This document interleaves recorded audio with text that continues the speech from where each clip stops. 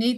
သင်ကြားပေးမှာတော့ React ရဲ့ Connect API အကြောင်းကိုဆက်ပြီးတော့မှသင်ကြားပေးမှာဖြစ်ပါတယ်။အဲ့တော့ဒီရှေ့ဗီဒီယိုမှာတော့React Connect API နဲ့ပတ်သက်ပြီးတော့မှအသေးစိတ်သင်ခဲ့ရပါတော့။ Connect Object တွေစောက်တယ် provider တွေစောက်ပြီးမှတမိုးသိမ်းပြီးတော့မှ chain component တွေကိုသူကပို့ပေးတာလေးပေါ့နော်။ပို့ပေးတာလေးတွေကိုဒါအသေးစိတ်ရှင်းခဲ့ပါတယ်။ရှင်းခဲ့တော့ဒီနေ့သင်မဲ့သင်ခန်းစာကြတော့ရှေ့ဗီဒီယိုမှာနားထောင်ပြီးတော့မှဒီနေ့သင်ခန်းစာကို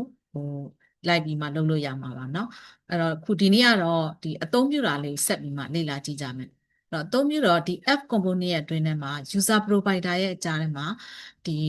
dashboard page ကိုပေါ့เนาะ wrap လုပ်ထားတယ်ဒါကတော့သူက provider ရဲ့ pattern လို့ပဲမှတ်ထားပြရမယ် user provider ထဲမှာကျတော့ user နဲ့ပတ်သက်တဲ့ data တွေပေါ့เนาะ data တွေကိုသူအကုန်လုံးသူကတင်ထားတယ်တင်ထားတော့သူက dashboard page က user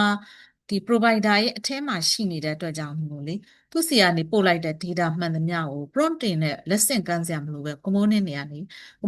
ဓာတ်ရိုက်ပေါ့နော်လှမ်းယူပြီးမှအသုံးပြုလို့ရပါတယ်နော်အဲ့တော့ dashboard page လေးထဲမှာဘာရေးထားလဲဆိုတာလေးကိုလေ့လာကြည့်မယ်နော်အဲ့တော့ dashboard page မှာ function တစ်ခုတည်ဆောက်ပြီးမှ return ပြန်ပေးထားတာကြတော့ dashboard page စာသားရဲ့နောက်တစ်ခုကဒီ profile component ကို render လုပ်ထားတာပေါ့နော်အဲ့တော့ဒီမှာတော့သူကဒီ user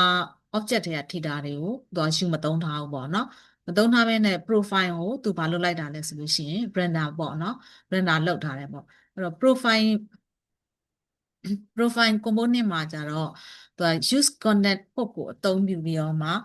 ဒါ user connect ဆိုမှ connect value ကိုဒါယူထားတာပေါ့နော်အဲ့တော့ use connect hook ဒီ connect value တစ်ခုကိုအသုံးပြုခြင်းတဲ့အခါမှာပေါ့နော် use connect hook ကိုအသုံးပြုရတယ်ဆိုတာလေးကိုမှတ်ထားပေးမယ်နော်အဲ့တော့သူကဒီ user ဆိုတဲ့ variable ထဲမှာပေါ့ဘာတန်ဖိုးရမလဲဆိုလို့ရှိရင် use connect provider ရဲ့ value prompt မှာဘာထည့်ပေးထားတယ်ပေါ့နော်ထည့်ပေးလိုက်တဲ့တန်ဖိုးပေါ့သူထဲမှာရမှာပေါ့နော်အဲ့တော့သူကထည့်ပေးလိုက်တဲ့တန်ဖိုးဒီ value prompt မှာ user object ပေါ့ user object ကိုထည့်ပေးလိုက်တဲ့အတွက်ကြောင့်မလို့ဒီ user ဒီ variable ပေါ့နော်ဒီ profile ရဲ့ဒါ user variable ပေါ့နော် user variable ထဲမှာ user object ရမှာပေါ့ရလာတဲ့ဒါ user object ရဲ့တန်ဖိုးကိုเนาะသူကဒီ function တစ်ခုတည်ဆောက်ပြီးမှ return ပြန်ပေးလိုက်တယ်ပြန်ပေးလိုက်တော့ဒီ name ရဲ့နောက်မှာပေါ့ဒီ user object ရဲ့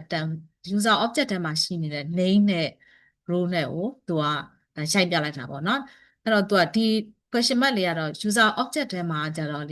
နားလည်းဖြစ်နိုင်တယ်ပေါ့เนาะသူက data ရှိမရှိဒါသဘောကတော့ null value ဖြစ်မဖြစ်စစ်ပြီးတော့မှဒီ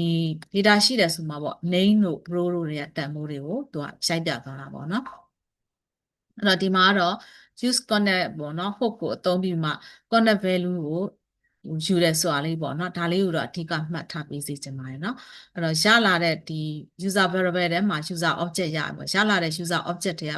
တန်ဖိုးတွေပေါ့ name တို့ row တို့ပေါ့ဒါလေးတွေကိုသူကဒီရိုက်ပြလိုက်တာပေါ့เนาะ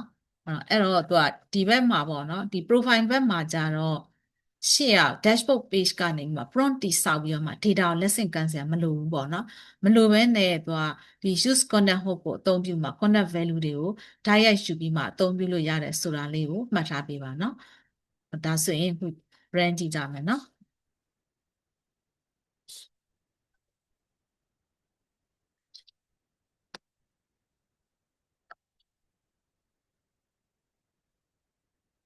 အဲ့တော့ဒါ dashboard page ပေါ်မှာရေးထားတဲ့စာသားပေါ့နော်ဒါကြတော့ profile နဲ့ရပေါ့နော်ဒီပေးလိုက်တဲ့တန်ဖိုးတွေကိုရှိုက်ပြတာပေါ့